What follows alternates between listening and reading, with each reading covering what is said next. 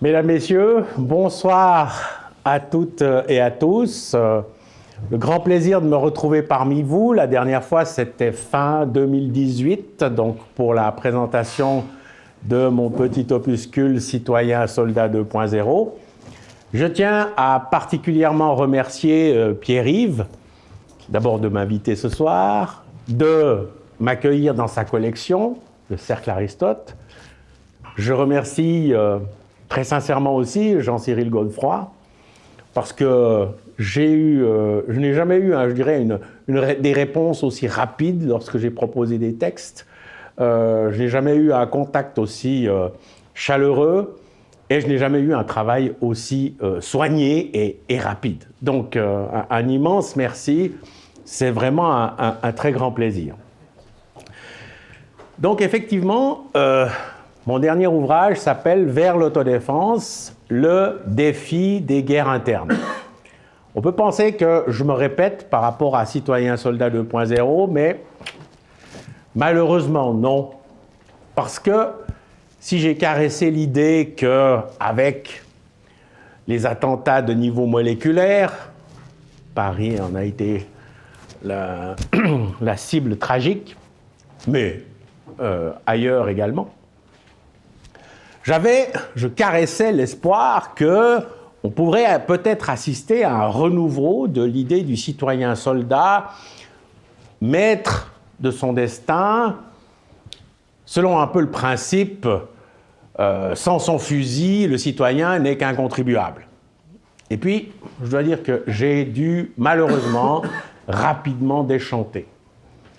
Pas seulement en fonction des événements en France, mais on va dire en général en fonction de tout ce qui se passe en Europe occidentale. Et comme je le dis souvent, la France n'est en rien une exception et la situation est souvent bien plus dramatique dans d'autres pays, mais comme ils ont tendance on va le dire, à cacher les problèmes, on pourra y revenir après. Donc, j'ai dû quand même, et ça a été un peu une psychanalyse, accepter en tant que, je dirais, grand adepte de cette notion du citoyen soldat qui, comme j'avais pu le dire en 2018, n'est pas proprement suisse, mais est proprement occidental, avec la démocratie politique grecque, la Rome républicaine, etc., etc. Donc, je me suis tourné vers l'autodéfense. Je fais une petite parenthèse. Quand je parle d'autodéfense, je ne parle pas du club de karaté du coin ou du cercle de défense contre les armes blanches. Je le précise parce que quelques collègues de mon club de tir ont dit « Ah, alors, quelles sont les techniques que tu développes ?» J'ai dit « Non, je ne développe pas de technique.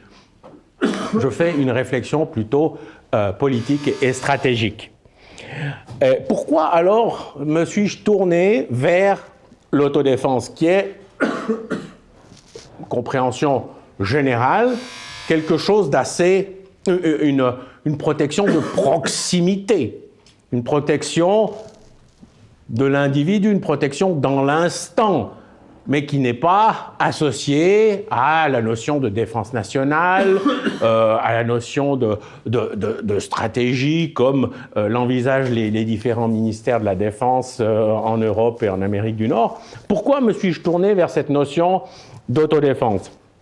Alors, parce que dans mon analyse, celle qui m'a malheureusement fait prendre conscience que la notion de citoyen-soldat n'aurait pas grande chance de reprendre vigueur, dans mon analyse, j'ai pris en considération deux dynamiques macro-historiques. La première, c'est la transformation de la guerre. J'en avais déjà parlé, mais on peut vraiment dire que la guerre migre de l'infiniment grand, la dissuasion nucléaire, avec les états-majors, avec les procédures d'ouverture du feu, etc., vers l'infiniment petit, les attaques au couteau, les attaques à la machette. Et si je dis qu'elle migre de l'infiniment grand vers l'infiniment petit, c'est parce que ça reste la guerre. Même Clausewitz, qui est quand même le grand, je dirais le grand défenseur ou le grand philosophe de la guerre moderne, avec cette fameuse distinction gouvernement, armée, population, même lui, quand même, constate que la guerre est un caméléon. C'est-à-dire qu'elle se transforme sans cesse, elle s'adapte. On pense la mettre hors les murs via la porte, et elle revient par la fenêtre. Et donc, il faut à un moment donné se rendre compte que nous sommes dans cette dynamique, en particulier en Europe occidentale, où l'individu, le citoyen, la personne privée est devenu à la fois la cible et l'acteur de la guerre. Je disais tout à l'heure, la France n'est pas le plus touché. Prenons de l'autre côté de la Manche le Royaume-Uni.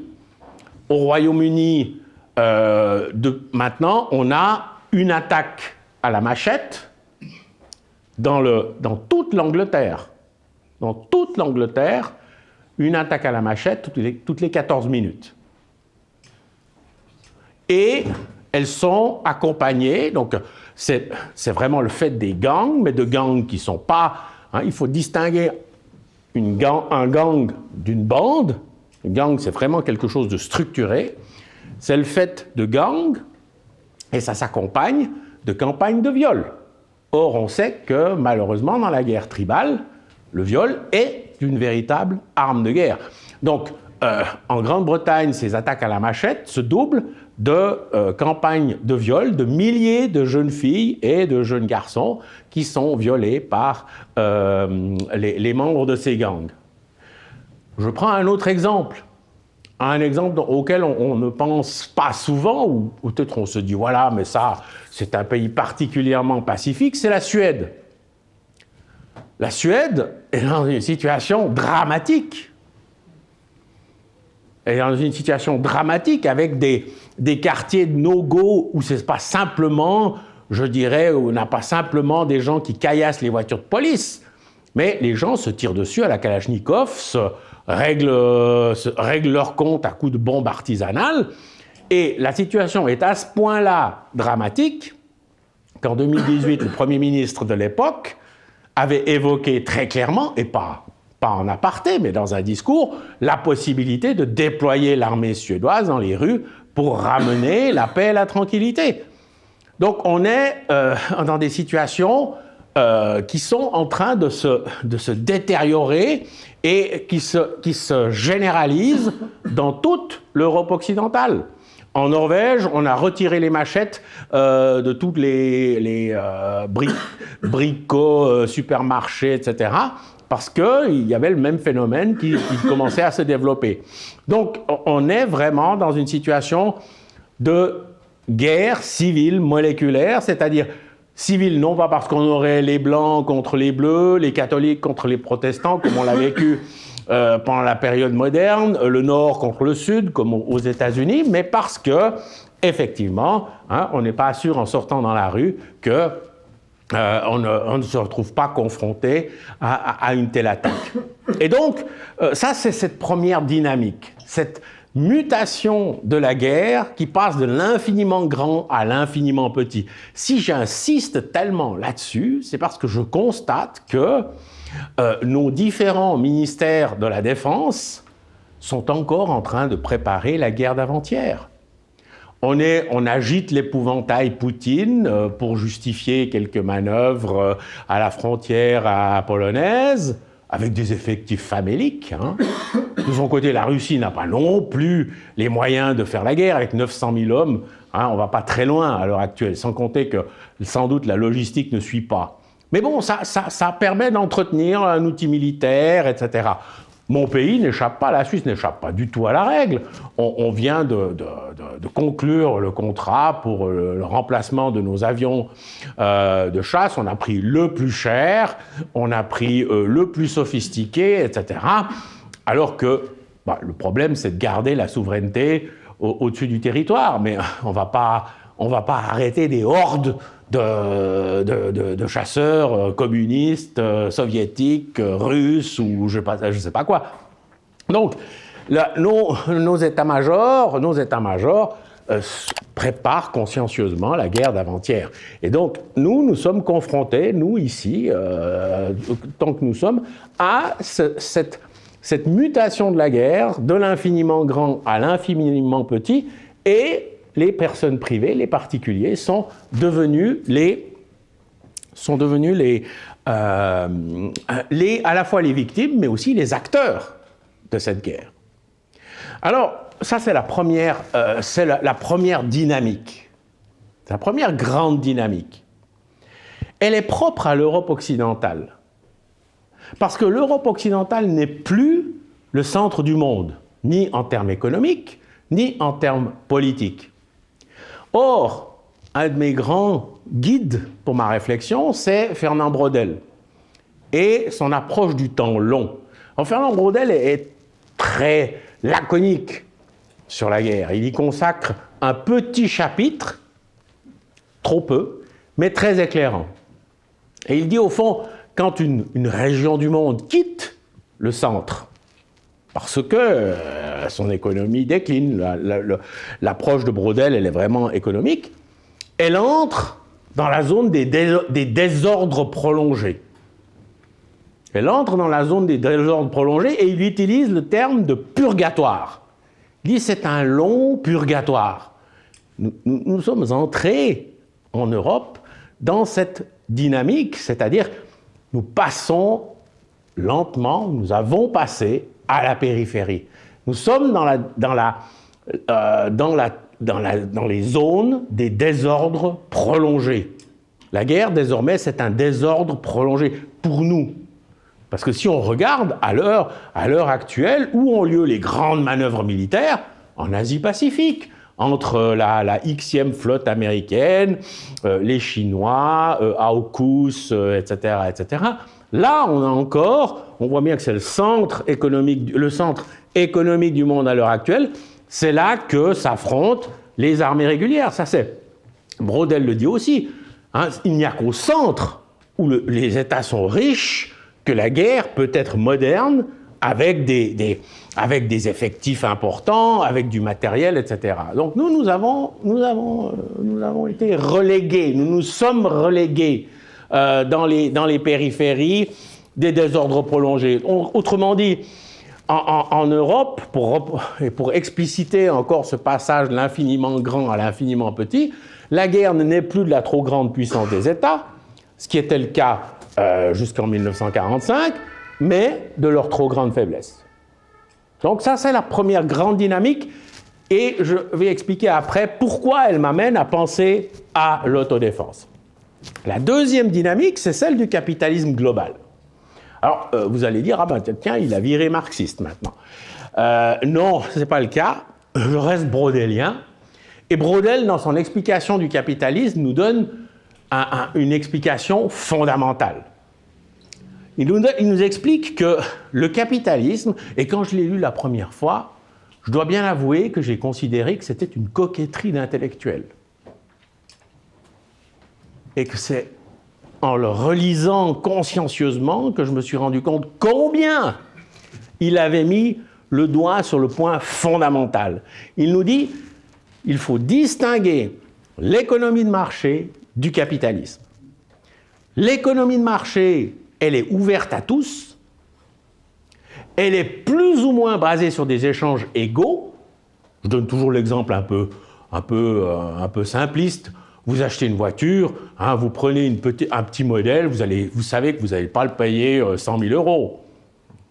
Et puis vous choisissez la Mercedes toute option avec les sièges en cuir, vous savez que vous n'allez pas la payer 10 000 euros.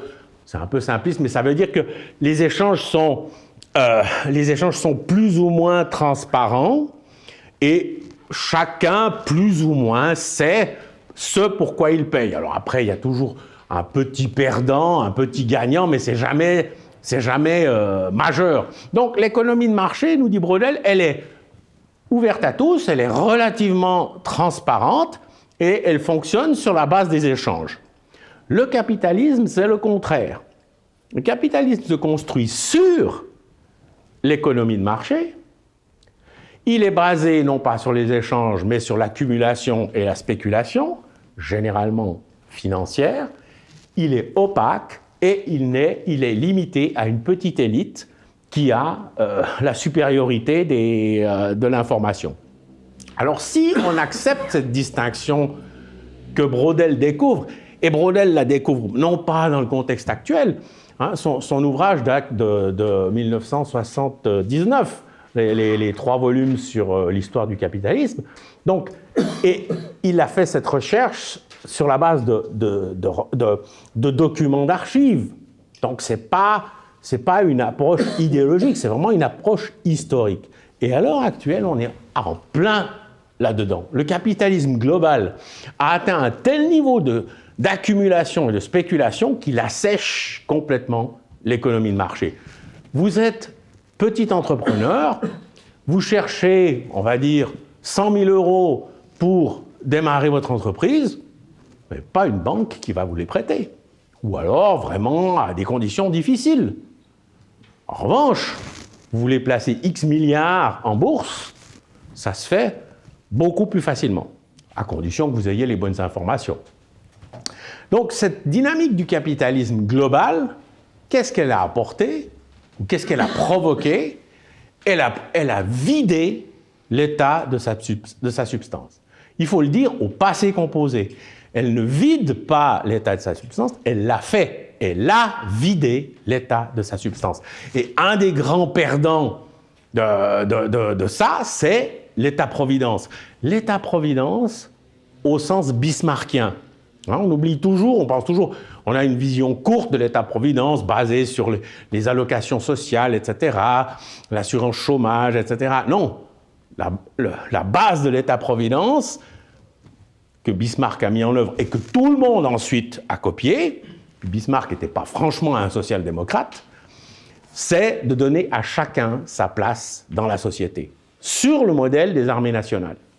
Donc celui qui est au bas de l'échelle sait qu'il peut monter dans la hiérarchie. Pas jusqu'en haut peut-être, mais que s'il est ouvrier, il pourra passer chef d'équipe, qu'ensuite il pourra passer contremaître.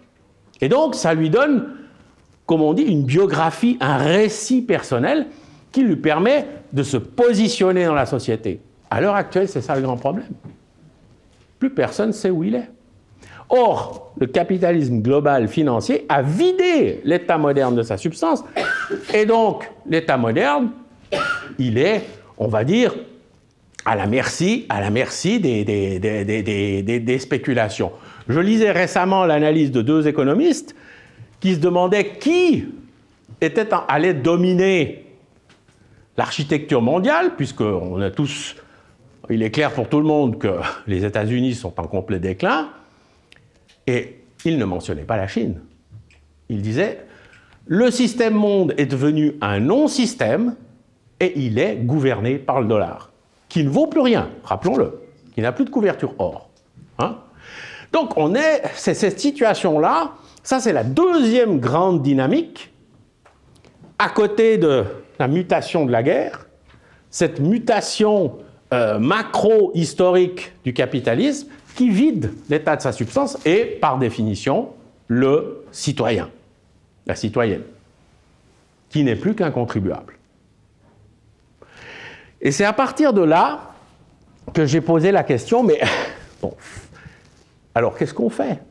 Est-ce qu'on se laisse massacrer à la machette en bêlant gentiment? Et preuve que la situation n'est pas très rassurante, je suis tombé sur les travaux de la philosophe féministe française Elsa Dorlin, qui a écrit un livre dont je vous recommande la lecture, Se défendre, sous-titre, une philosophie de la violence. Et elle nous explique ce que c'est que l'autodéfense. Elle fait une analyse historique tout à fait remarquable, et elle montre que l'autodéfense n'est surtout pas synonyme de légitime défense. Pourquoi? Parce que Pour pouvoir se défendre de manière légitime, il faut avoir un statut, le statut de citoyen. Et là, on peut nous reconnaître le droit de se défendre. Quoique, ce droit, qui est pourtant inscrit dans les codes pénaux, il se recroqueville comme peau de chagrin. Et donc, Elsa Dorlin, bon, évidemment, avec son approche, dit, l'autodéfense, c'est l'envers de la légitime défense.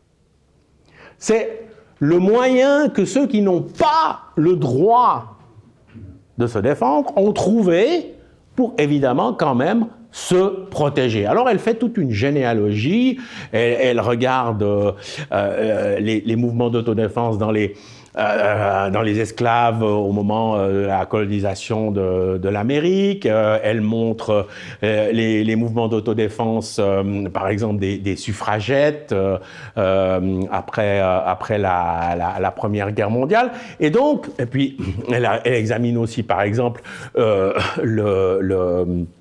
l'autodéfense du ghetto de Varsovie, qui, d'un point de vue stratégique, est particulièrement intéressant, puisque c'est, dès le départ, la révolte du ghetto de Varsovie, elle est sans espoir.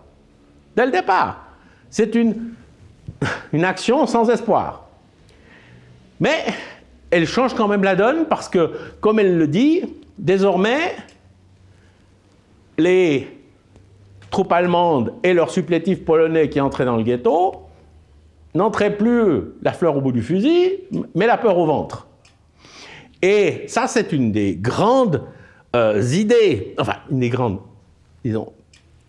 grande chose qu'elle met en évidence dans son ouvrage, c'est que l'autodéfense, peu importe le résultat, elle permet à l'individu de se reconstruire. Il faut se défendre, même si on n'est pas sûr d'obtenir le succès. Il faut s'autodéfendre parce que c'est une façon de s'affirmer en tant qu'être humain. Et là, on peut combiner avec d'autres idées. Par exemple, c'est aussi un philosophe qui n'est pas du tout dans la mouvance stratégique. C'est le philosophe italien Giorgio Agamben, qui est plutôt, on va dire, à gauche de l'échiquier philosophique, qui nous parle de l'homme nu. Vous voyez, l'état moderne, et puis moi je dis l'état moderne vidé de sa substance par le capitalisme global, il n'a plus que le pouvoir sur les corps. On en est parfaitement là à l'heure actuelle. On en est parfaitement là. Si on n'est pas vacciné, on doit se retrouver dans cette salle, et puis bientôt on ne pourra plus s'y retrouver, parce que je ne sais pas quoi. Donc l'État ne gouverne plus des individus, il gouverne des corps. Et Agamben utilise la notion de l'homme nu, pas parce qu'il serait sans habit, mais parce qu'il n'a plus de droit, il n'a plus rien. Et puis, il devient, et là, alors, c'est là qu'on voit qu'on touche le cœur du problème, on rejoint les écrits de Ernst Jünger sur le rebelle, qui dit « le rebelle, c'est l'homme ». Alors, le terme français est mal choisi, parce que Jünger utilise la notion de Waldgänger, qui est une notion de la mythologie germanique. C'est le proscrit. Donc on ne devrait pas dire le rebelle, on devrait dire le proscrit. Celui qui est chassé de sa communauté, qui de ce fait revient un homme libre, mais que tout le monde a le droit de tuer sans procès. Donc l'homme nu, c'est le proscrit. Et le gouvernement des corps. Le gouvernement des corps qu'on vit complètement à l'heure actuelle.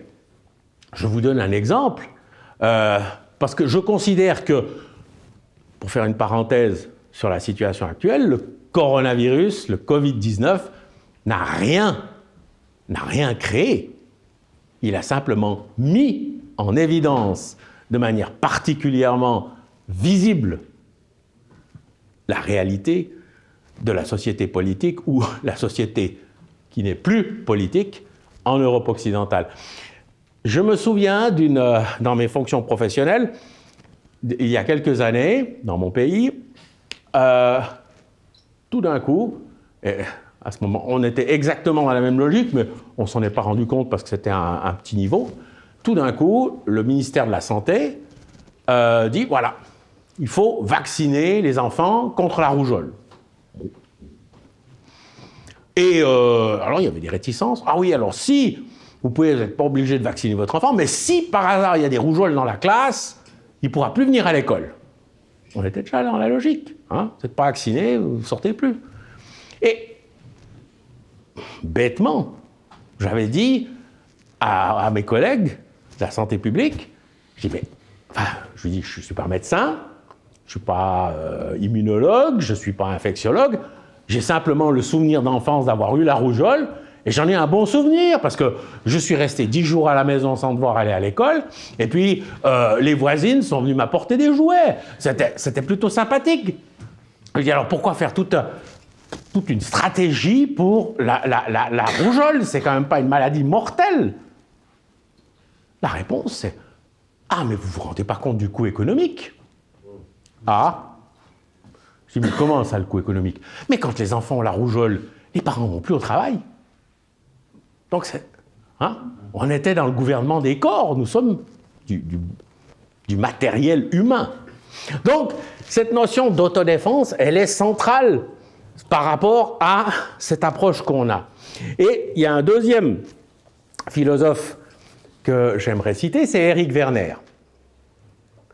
Éric Werner, on le connaît surtout pour son livre sur l'avant-guerre civile. Et il a écrit un ouvrage plus récemment sur l'autodéfense.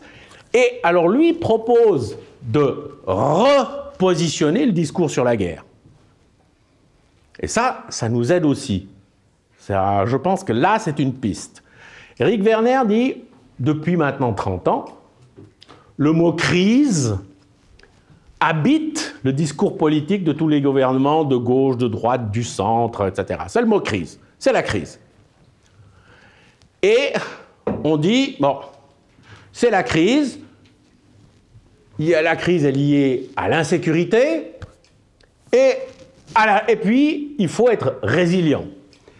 Et Werner analyse la notion de résilience. La notion de résilience, c'est un four. C'est même, on peut dire, de l'enfumage. C'est de l'enfumage. La résilience, ça veut dire subir, faire le dos rond, avec l'idée que ça ira mieux plus tard. Ça ira mieux plus tard. Être résilient, ça ne veut pas dire être résistant. Ça veut dire, je me prends une claque, je serre les dents. J'en prends une deuxième, je serre encore plus les dents. Et même si j'en prends une troisième, je sais que ça ira peut-être mieux après.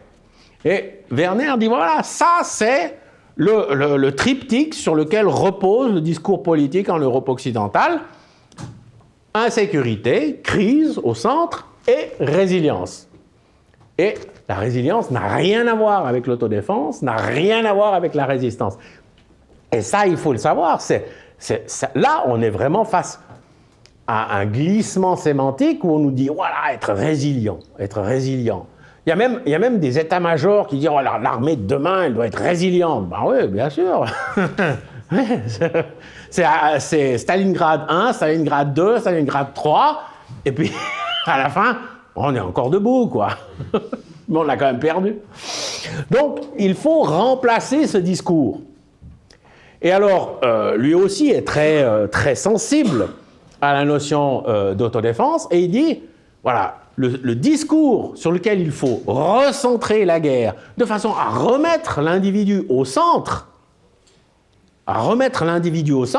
c'est un discours qui, évidemment, conserve le mot « crise », mais qui, à la place de insécurité, met autonomie, et qui, à la place de résilience, met proximité. Proximité au sens où on retrouve les réseaux de nos proches, et qui nous permettent de, petit à petit, nous reconstruire. Et là, je pense que Elsa Dorlin, avec son approche féministe, et croyez bien que je ne suis pas un fan, je ne suis pas un fan du féminisme, mais j'étais quand même extraordinairement frappé de voir que c'était chez ce genre de philosophes qu'on trouve l'embryon des réponses. Et l'autre, on remplace le discours insécurité, crise, résilience par autonomie, crise, proximité. Autonomie avec tout ce que ça comporte, aussi la dimension d'autodéfense. Alors, c'est là autour que j'ai construit l'ouvrage avec, évidemment, une autre question. Derrière l'autodéfense, ou disons, pour qu'elle puisse quand même fonctionner, il y a besoin de la désignation de l'ennemi. Or, déjà ça montre que nos États ne remplissent plus cette fonction. Aucun État en Europe ne désigne l'ennemi. Ou alors, oui, c'est Vladimir Poutine au fin fond de la Russie, c'est Daesh quelque part entre la Syrie et l'Irak, etc. Mais au niveau national, tout est considéré comme le terrorisme, etc. C'est considéré comme des crimes. Pas considéré comme une guerre où il y a besoin de désigner l'ennemi. Rappelons ce que dit Carl Schmitt, c'est la désignation de l'ennemi qui crée la communauté politique. Nous ne désignons plus l'ennemi. Et mon pays, le premier, la Suisse vit en paix avec ses voisins. Bah oui, évidemment. L'armée suisse ne va pas commencer à déclarer la guerre à la France, à l'Allemagne ou à l'Italie ou à l'Autriche. Bon, voilà. Donc, la Suisse vit en paix avec ses voisins. Alors que les frontières sont devenues poreuses. Alors que chaque jour, la Suisse est un peu le supermarché dans lequel les gangs voisins viennent se servir. Et on continue de voir ça sous un angle extrêmement étroit, extrêmement limitatif. Ça, c'est des problèmes de police. C'est des problèmes de police. Et c'est là, et là j'en reviens à ce que je disais de cette dynamique entre cette migration de la guerre qui passe de l'infiniment grand à l'infiniment petit, ça c'est une prise de conscience importante. Je l'ai lu dans un ouvrage assez critique d'un de vos compatriotes qui s'appelle Génération Kalachnikov, et le journaliste interroge des policiers qui acceptent l'autocritique et qui acceptent de dire on n'a pas vu le problème. Et il parle de toute la génération des banlieues qui est justement devenue cette génération Kalachnikov. Ce qui est intéressant, c'est qu'ils disent voilà, et ils disent ce que je viens de dire à propos du fait qu'on n'a pas vu le problème. Ils disent on était braqués sur d'abord notre grille d'analyse. Petite délinquance, les voilà à l'arraché. Grand banditisme, les braquages de banques. Crime organisé, la prostitution, les jeux et le trafic de drogue. Et on n'a pas vu cette génération se construire dans le crime, mais aussi dans la violence, dans la guerre, etc. Et donc, là vraiment, on doit se souvenir de cette plaisanterie où vous avez un homme à quatre pattes sous un réverbère. Quelqu'un passe et lui dit « Mais qu'est-ce qui se passe, monsieur? Qu'est-ce que vous faites ?»« Je cherche mon porte-monnaie. »« Ah bon, vous l'avez perdu ici ?» Puis il dit « Non, je l'ai perdu là-bas. » Puis il montre un terrain vague qui est totalement dans la nuit, qui est sombre. Et puis la personne lui dit « Mais alors, si vous l'avez perdu là-bas, pourquoi vous le cherchez ici? » Parce qu'ici, il y a de la lumière. Et ça, nous, on est encore en train de penser la guerre là où on pense qu'elle peut avoir lieu, là où il y a la lumière, alors qu'elle est dans le terrain vague. Donc, toute notre réflexion, elle doit être repensée. Et, alors je reviens, la désignation de l'ennemi. La désignation de l'ennemi, évidemment, elle ne se fera jamais par les autorités politiques, surtout avec le discours actuel, tolérance, respect, dialogue entre les cultures, et j'en passe, et des meilleurs, respect des droits de l'homme, enfin bref. Elle ne se passera jamais dans un tel contexte, et donc elle est difficile. Elle est difficile.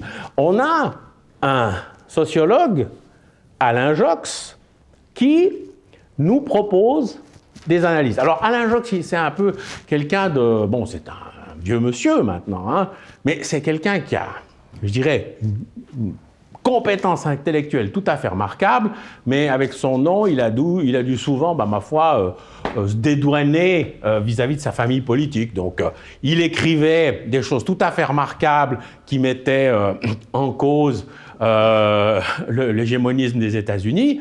Puis au moment de la crise du Kosovo, il disait oui, mais le gouvernement a bien raison, il faut y aller, etc. Alors que dans ses écrits, il avait donné exactement les arguments pour dire non, il ne faut pas y aller.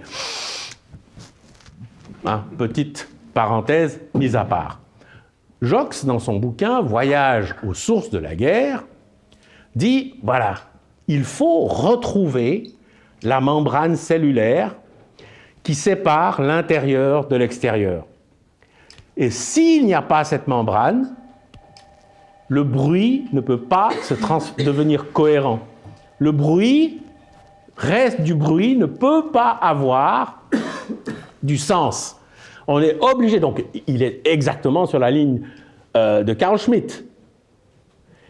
Il faut, et alors ce qui est intéressant, c'est qu'il dit si au niveau étatique, on n'a plus cette distinction entre l'intérieur et l'extérieur, entre l'ami et l'ennemi, alors il faut redescendre dans la structure hiérarchique des sociétés jusqu'au niveau où on va retrouver cette membrane qui distingue l'intérieur de l'extérieur. Redescendre, et je pense que là, il a vraiment vu le problème. Il ne s'agit pas de dire, il faut transformer l'État, il faut mettre des gens qui comprennent. Non, si l'État n'est plus compétent, et son analyse de l'État, elle est intéressante parce qu'il dit, l'État, par définition, c'est une structure poreuse, parce qu'il n'est pas homogène. Donc, il remet en cause la notion de l'État-nation, etc. Il est composé de diasporas, de groupes, d'identités régionales, de religions différentes. Il est ce qu'il appelle poreux par rapport à cette notion. Seule l'unité combattante est fermée. C'est-à-dire qu'elle a retrouvé la membrane qui distingue l'intérieur de l'extérieur et qui va lui permettre de survivre. Et c'est dans ce contexte-là que vous le lirez, vous me direz ce que vous en pensez, je me suis tourné vers la guerre civile libanaise, 1975-1990. J'essaie de le dire à la française, sinon je le dis à la suisse, puis tu me diras, pardon. Donc, ça, vous m'excuserez. 1975-1990, où finalement, et le grand paradoxe, c'est parce que les communautés ont considéré que les voisins étaient leurs ennemis qu'elles ont survécu. Dans la stratégie, il y a des paradoxes. C'est-à-dire qu'on veut faire quelque chose, puis on obtient exactement le contraire. Là, le paradoxe, c'est que je vais dire, oui, dans une société, il faut considérer que le voisin qui n'a pas les mêmes traditions, qui n'a pas la même origine, c'est l'ennemi. Horribile dictu, va des rétro Satanas, quelle horreur, vous êtes le suppôt de la guerre civile. Et puis, alors ça c'est la vision, on va dire la vision dominante, c'est que cette guerre, c'est un échec de l'État, et puis voilà. Et, non, s'il y a encore des communautés au Liban qui sont plus ou moins dans la même composition qu'avant la guerre civile, c'est grâce à ça. Regardez ce qui s'est passé en Syrie-Irak. Les yézidis, les chrétiens, ils n'existent plus. Ceux qui se sont maintenus, c'est les Kurdes. Et donc, alors j'ai été peut-être un peu loin, mais j'ai dit cette réaction, ce laboratoire libanais, il faut le creuser. Parce que cette guerre libanaise, cette guerre civile de plus de 15 ans, elle est une guerre déjà post-moderne. C'est-à-dire qu'elle ne cherche plus la conquête d'un territoire, mais elle cherche l'extermination.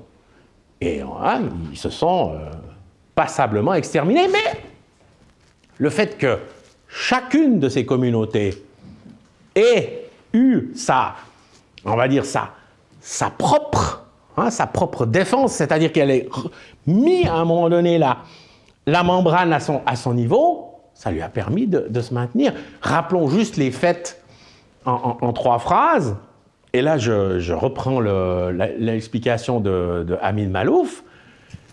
Au moment, à la veille de la guerre civile, tout le monde voulait que l'État du Liban intervienne.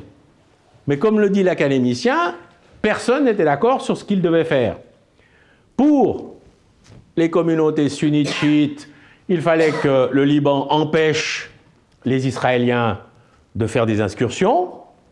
Et pour les chrétiens, il fallait que l'État mette dehors les Palestiniens qui s'y étaient installés avec armes et bagages.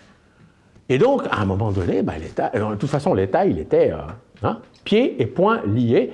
Et à ce moment-là, chacun dit, bon, alors si l'État ne fait pas le boulot, le citoyen va le faire. Il l'a fait d'une certaine manière. On peut poser un jugement éthique, mais on peut aussi regarder froidement la situation en se disant, voilà, ça, c'est la réponse. Ça, c'est la réponse. C'est le fait que ces communautés ont survécu, qu'elles existent encore. Avec tous les problèmes qu'on connaît, mais elles existent. Elles ont conservé leur tradition, conservé leur culture, elles existent. Aucune n'a été éradiquée. Je pense que je m'arrête là et qu'on va pouvoir engager la discussion.